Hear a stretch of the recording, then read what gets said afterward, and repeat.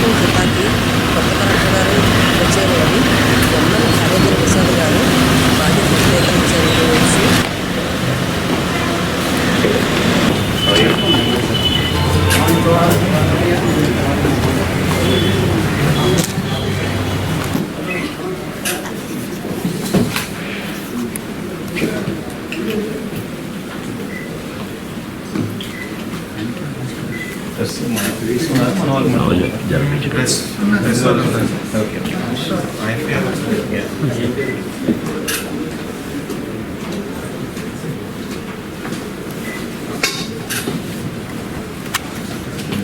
CPC ready చేస్తాం.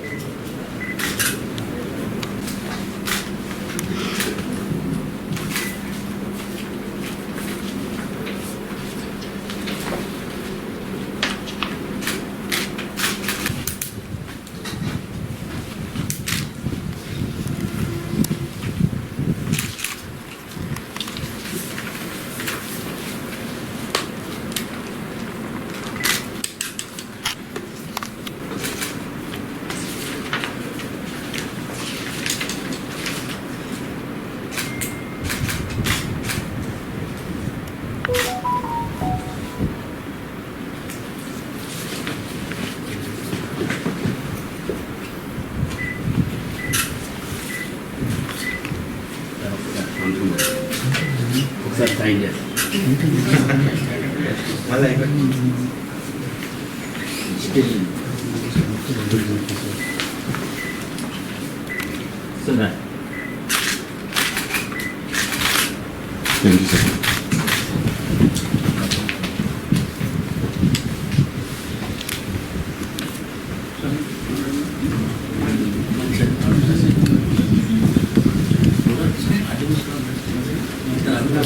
తర్వాత మాట్లాడతాం.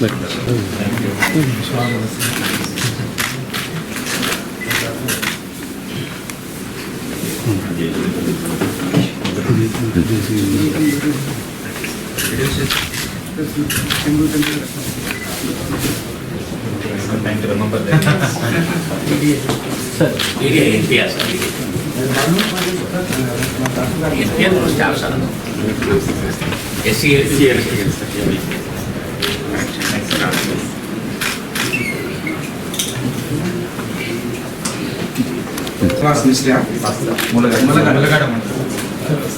విశాఖపట్నం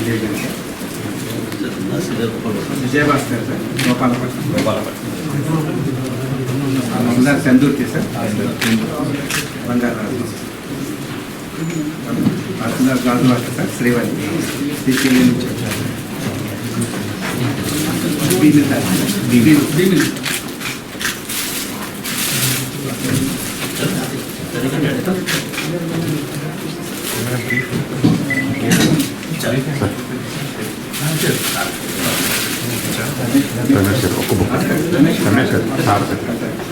రమేష్ గారు బుకే ఒకటి sir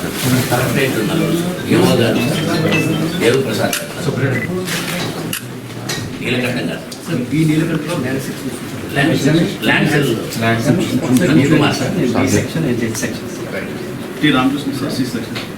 Will take some time to familiarize with this. Sir మనకి సార్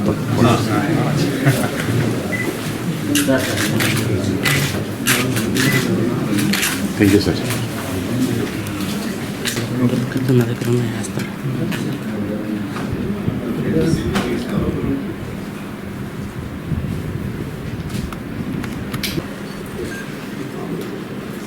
ఓకే సార్. ఓకేనా మాట్లాడతా సార్. అందరికీ నమస్కారం. నా పేరు హరేంద్ర ప్రసాద్.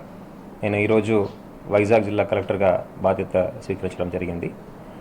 మీ అందరికీ తెలుసు, వైజాగ్ ఒక ఆదర్శ నగరం, ఐపీకే ఒక గర్వకారణం. అలాంటి ఒక నగరానికి జిల్లా కలెక్టర్గా రావడం చాలా సంతోషంగా ఉంది.